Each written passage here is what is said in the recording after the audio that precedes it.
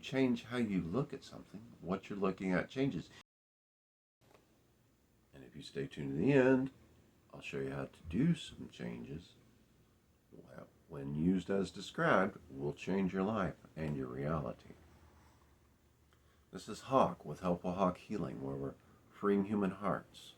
In the description below, you will find a link to the rules of the mind, which will help you understand more about what we're doing here and how it's working, as well as a link to 101 questions that will help you know where you are in life. I reject your reality and I substitute it with my own. It was made popular by Adam Savage of the Mythbusters. This actually comes from a Doctor Who episode from 1974. And basically it says, no, you don't get to tell me who I am. You don't get to define me. I get to do that. When we accept what others say and what others believe, we realize it within ourselves and we make it real for us. But we don't have to do that just because it's a cultural thing or because it's a societal thing or a religious thing or an educational thing. We don't have to do that. We can live our life the way we want. And we can do it without hurting others. By making these things real, we often aren't even testing the concept to see if it is real, to see if it's a universal truth, to see if it's something we even want to have real for us. We just accept things. That's part of awareness. How many times have you seen a commercial on television for a particular drug and thinks, wow, and then it gets to the end and they tell you the side effects and you're like, no. the beginning sounded great, but the ending ain't so great. I don't want that, you know. I might be able to see straight, but I can't pee. That's not good. So, when we change our beliefs, we change our reality. So if we change our beliefs about ourselves, we can change things about our reality that we're experiencing. And then we don't have to worry about whether we're seeing straight or not. We definitely don't have to worry about side effects. Statements such as real men do, or real women are, or women are like this, or all men are like that, or, you know, those are such, to me, ridiculous statements. Because oftentimes they are not based in any kind of reality. And they're not based in any kind of definition except who the person wants themselves to be. And so they have this definition of, well, real men all stand up to pee. No, we don't. I'm a real man and I sit down to pee. And it's, quite frankly, much healthier for the prostate and much more comfortable. Plus it allows a complete evacuation of the bladder because you can bend over. Or all women are whatever. And no, all women aren't whatevers. All women have a certain set of characteristics that they're born into, just the same as all men do. Real men and real women do what they need and most of what they want, as long as they're not harming themselves or others. So these statements that are all such and such and such, well, it's not necessarily true. It's true that all black cats are black, but not all black cats are bad luck. Thank you for pressing the like button. I appreciate it, so does the algorithm, and hey, helps us continue learning. Where we put our attention and what we put our attention on affects our belief systems and forms our belief systems. So if we change what we're watching or looking at or reading, if we change our input from here to say here, change our perspective, then our beliefs have the ability to change. It's very simple. When you change what you're looking, how you're looking at something, what you're looking at changes. See how easy that is to demonstrate? The hand is still the same hand, but the perspective of it changed. This is the back of the hand. This is the side of the hand. This is the front of the hand. But by changing how you're looking at it, it changes what you're looking at. I will say that this does not mean ignoring our traumas, ignoring those things that happen within us. My abuse recovery method, the introductory module, is here on YouTube, and it's specifically designed for helping us address abuse trauma and helping us remove the energy out. And that's an important thing. If you just ignore something, like you hear a ding, ding, ding, ding, ding in your car and you ignore it and then it throws a rod and you say, oh, how did that happen? Well, you ignored it. You have to pay attention to these things, and they can seem scary. I agree. But when you change how you look at something, what you're looking at changes. If you change how you look at your trauma, as in, what did it teach me? Well, it taught me resiliency. It taught me to survive. It taught me to be strong. It taught me courage. All of these things, there can be a million positive things that come from one bad happening.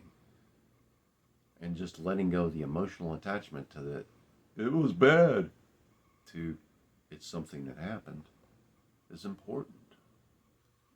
When you find an unwanted belief, challenge its truth. For that matter, if you find something that you believe is true, challenge it every time, whether it's wanted or unwanted. Challenge everything. Is this true? Is this true? Is this true? Challenge it. Because you want to find the absolute truth within you, you have to challenge even what you believe to be true. Because I found out for myself, and I've read and heard from many others, that I believed this was true for most of my life. And then I came to find out it wasn't. Well, it's okay that it wasn't true. And it's okay that you believed it was true for a long time. But by changing that particular way and challenging everything you believe, you will find out you can live a much simpler and easier and more fulfilled life and be challenged every day in a positive way. Challenge yourself to be better in all ways than you were yesterday. The only competition you have on this planet is who you were yesterday. The only person you have to be better than on this planet is who you were yesterday. Thank you for subscribing so that we can continue learning together. The algorithm likes it. I likes it. Thank you so much. Challenge yourself to believe that you are enough and that you are worthy of your own love. You are enough, or you wouldn't be here alive, and you are worthy of loving yourself. That isn't narcissism. Narcissism pulls things in from the outside. By loving yourself, you're pushing the inside out. When you fill yourself up with love, you can give someone else a drink. If your cup is empty, how are you supposed to give someone else a drink? I mean, really, if you have no water in your cup, you can't give somebody else a drink. So you have to fill your own cup. And it comes from the ever full spring that is in your heart. We are infinite spiritual, energetic beings having a human experience. So since that is the way it is, and our body is just our vehicle, like we would go get in a car to go somewhere, our bodies are here to move us around this beautiful planet. That means that there's an infinite supply of energy. How do we want to experience it? Do we want to experience it as, oh, it's so horrible? Or do we want to experience it as, wow, that's interesting? Or do we want to experience it as, hey, life has ups, life has downs, but it's all about how I look at it. And sometimes the best place you can be is looking up to see what other people say is down. Because there ain't no place to go through solid rock. All you can do is go straight up.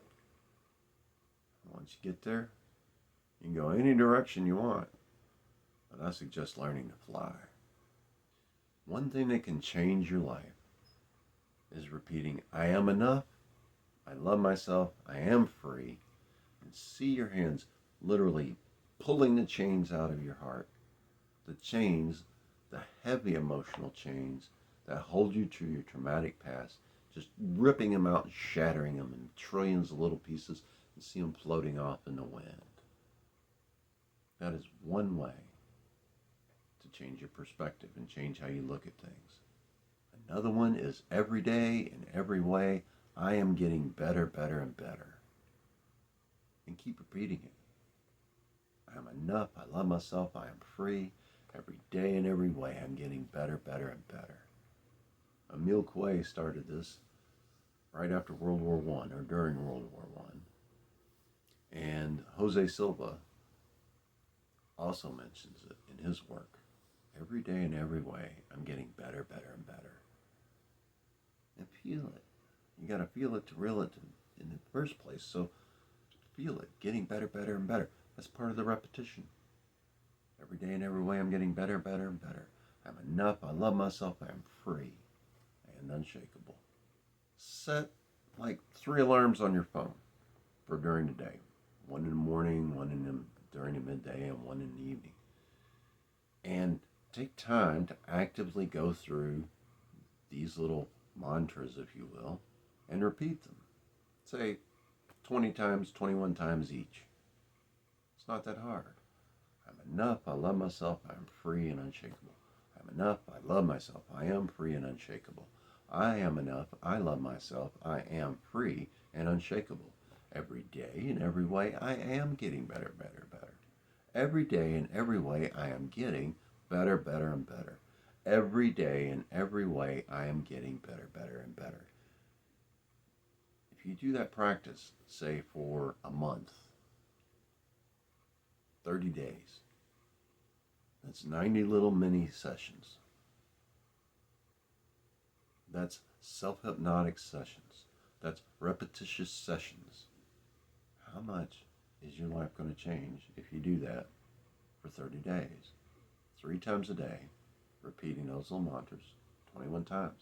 And it doesn't really take that long, only a few minutes. Lisa Nichols teaches a concept called mirror work. And that's where you look yourself in the eyes in the mirror and you say, like I would say, Hawk, I'm proud of you for doing your YouTube channel. Hawk, I'm proud of you for, and you use 7 things. Always use your own name, always look in your eyes, and always speak to yourself. Then you say, I forgive you for. So I would be, Hawk, I forgive you for not doing this sooner. Do that for 7 things. And then I commit to you. Hawk, I commit to you that we're going to keep making these videos that help people. And do that for 7 things. Do that in the morning when you start your day, right after your gratitude practice. And then move right into the aforementioned little mantras, or affirmations, if you will. And just keep that repetition up on a daily basis. Let me know in the comments below how you're feeling after 30 days of doing these things. Thank you for sharing this time with me, and know this, I do love you.